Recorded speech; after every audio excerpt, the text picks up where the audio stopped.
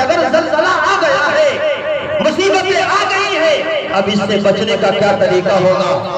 Ambuja cement چھوڑ کر لافار cement سے مکان بناؤ، یا ٹاٹا کا لوہا چھوڑ کر کسی اور کمپنی کا لوہا لے کر مکان بناؤ، اس سے ہم بچ جائیں گے، کبھی بچنے والے نہیں ہیں۔ اسلام نے اس سے بچنے کا نسخہ بتایا ہے کہ لوگوں اللہ کے سامنے توبہ کرو، اللہ کے سامنے توبہ استغفار کرو، اپنے گناہوں پر رو، اپنے اللہ کو یاد کرو، جس بدعمالی میں، جس بے حیائی میں تم مبتلا ہو، اس سے اللہ کے سامنے توبہ کرو۔ اگر توبہ نہیں کرو گے تو جس طریقے سے 1400 سال پہلے اور ہزاروں سال پہلے امتوں کو اللہ نے آسمان سے آگ کی بارش کر کے زمین کو دھسا کر تباہ و برباد کیا ہے، اس طریقے سے اللہ تمہیں بھی برباد کرے گا۔ اللہ تعالیٰ نے کسی بھی قوم کو نماز چھوڑنے پر عذاب نہیں دیا ہے، زکوٰۃ نہ دینے پر عذاب نہیں دیا ہے، قرآن کی تلاوت نہ کرنے پر عذاب نہیں دیا ہے۔ اللہ نے قوموں کو عذاب دیا ہے، یہ بے حیائی پر دیا ہے، یہ عریانیت پر دیا ہے، یہ حرام خوری پر دیا ہے، یہ غریبوں پر ظلم کرنے پر اللہ نے عذاب کو دیا۔ تو ہم چاہتے ہیں اگر اللہ تعالیٰ ایسی مصیبتوں سے ہمیں نجات دے، ہمیں اللہ کے سامنے ہاتھ جوڑنا پڑے گا، ہمیں مصلی بچھا کر اللہ کے سامنے رونا ہوگا۔ جس طریقے سے ہمارے پاس جان ہے، اسی طریقے سے ترکی کے رہنے والے انسانوں کی بھی جان ہے، خاندان کا خاندان اجڑ گیا۔ اس زمین پر آج کی تاریخ میں سوائے رونے اور چلانے اور مشینوں کی آواز کے علاوہ کوئی آواز نہیں سنائی دے رہی ہے۔ ملبے کے نیچے کتوں کو چھوڑ چھوڑ کر لاش کو نکالا جا رہا ہے۔ بیشتر ممالک سے لوگ اپنے اپنے گھروں سے اناج لے کر، اپنے اپنے گھروں سے کپڑے لے کر وہاں پہنچ رہے ہیں۔ لاکھوں میں کھیلنے والے، کروڑوں میں کھیلنے والے، پیسے پر سونے والے، راتوں رات موبائل کو سامنے رکھ کر اور ننگا ناچ دیکھنے والوں کی زندگی کو خدا نے ایک لمحہ میں بجھا کر رکھ دیا۔ باپ تو گئے، بیوی چلی گئی، کسی کا بیٹا زندہ ہے تو باپ نہیں ہے، کسی کا معصوم بچہ زندہ ہے، دودھ پلانے والی ماں دنیا سے چلے گئی۔ کوئی بعید نہیں ہے، یہ اللہ کا حکم ہے۔ دنیا میں اس سے بڑھ کر کوئی طاقت نہیں ہے۔ اگر کوئی طاقت ہوتی تو اس نکلتے ہوئے سورج کو روک دیتی، اگر کوئی طاقت ہوتی تو یہ زلزلہ کو روک دیتی۔ یہ سائنسداں ہو یا ٹیکنالوجی ہو، یاد رکھیں اللہ کی طاقت کے سامنے کسی کی طاقت نہیں ہے۔ ان القوت للہ جميعا۔ اے عظیم بستی کے نوجوانوں، مسلمانوں، عورتوں، سبوں سے یہی اپیل ہے، آج بھی اللہ مہلت دیتا ہے، یہ زلزلہ نہیں ہے، یہ وارننگ ہے۔ میرے بندے تم سمجھ جاؤ، آج پوری بستی میں دیکھ لیجئے کتنے ایسے گھر ملیں گے جس میں اللہ کا قرآن پڑھا جاتا ہو، کتنے گھر ایسے ملیں گے جس میں عورتیں نماز پڑھتی ہو۔ میرے بھائیوں، میری ماں اور بہنوں، کان کھول کر سن لیجئے، یہ زندگی جانور سے بھی بدتر زندگی ہے۔ جانور بھی اپنے اللہ کی حمد و تسبیح بیان کرتے ہیں، یہ درخت، یہ پیڑ پودے اللہ کی تسبیح بیان کرتے ہیں۔ جو اللہ ہمیں کھلاتا ہے، رات کو سلاتا ہے، کل ہو کر صبح ہماری نیند کھلتی ہے۔ اگر ہم سوئے کے سوئے رہ جائیں تو بھلا بتاؤ کون ہمیں اٹھانے والا ہوگا؟ یہ زندگی اللہ کی دی ہوئی نعمت ہے۔ اپنے گھروں کو، اپنے مسلوں کو نماز سے سجائیے۔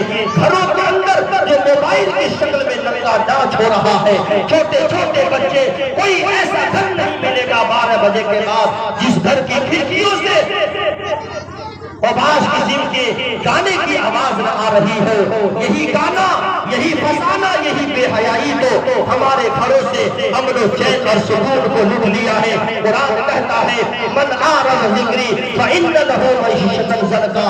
جو میری یاد سے غافل ہے، جو اللہ کی یاد سے غافل ہے، یاد رکھے اللہ ایسے لوگوں کو مصیبت میں ڈال دیتا ہے۔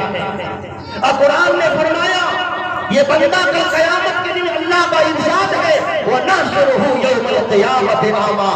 جو لوگ ہمارے مسجد سے دور ہے، جو لوگ نماز سے دور ہے، انہیں ہر کام کرنے کے لیے وقت ہے، لیکن میرے لیے زمین پر سجدہ کرنے کا اس کے پاس وقت نہیں ہے۔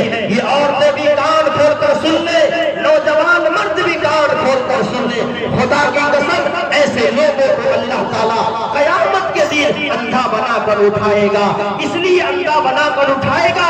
وہ بندہ کہے گا یا ربی لما حشرتنی اعمی وقد كنت بصیرا، اے اللہ میں تو آنکھ والا تھا، تو نے مجھے قبر میں اندھا بنا کر کیوں اٹھایا، تو نے قیامت میں مجھے اندھا بنا کر کیوں اٹھایا؟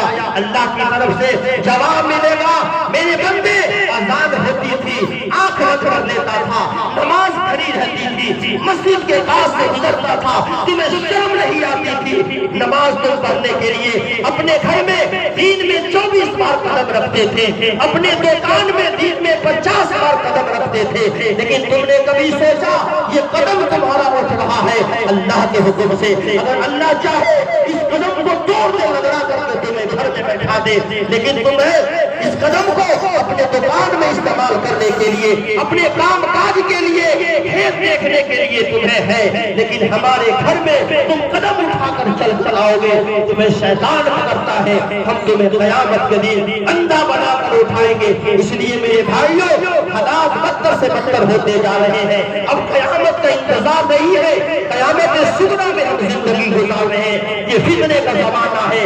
آج جب پڑھے لکھے لوگوں کی گھروں میں عزت محفوظ ہے، جب جاہلوں کی گھر میں عزت محفوظ ہے، خدا کی قسم جس کے گھر میں دینداری ہے، جس کے گھر کے اندر حیا ہے، پاک دامنی ہے، اسی کے گھر میں عزت محفوظ ہے۔ اس لیے عورتوں کو خاص طور سے چاہیے ہر کام کرنے کے لیے ہمارے پاس وقت ہے، جس معصوم بچے کی پیشاب اور پخانہ اور دودھ پلانے کا بہانہ لگا کر، کام کاج کا بہانہ لگا کر آج اللہ سے ہم اٹھے ہوئے ہیں، یہ اللہ کا عذاب ہے کہ ہمیں اللہ کے سامنے جھکنے کا موقع نہیں ملتا ہے۔ یاد رکھیے یہ اولاد آپ کو قیامت کے دن، یہ اولاد آپ کو قبر میں کام آنے والی نہیں ہے۔ اس اولاد کے چکر میں آپ نے نماز سے اپنا رشتہ توڑا ہے، اس اولاد اور خاندان کے چکر میں، اس بیوی کے چکر میں آپ نے نماز سے رشتہ توڑا ہے۔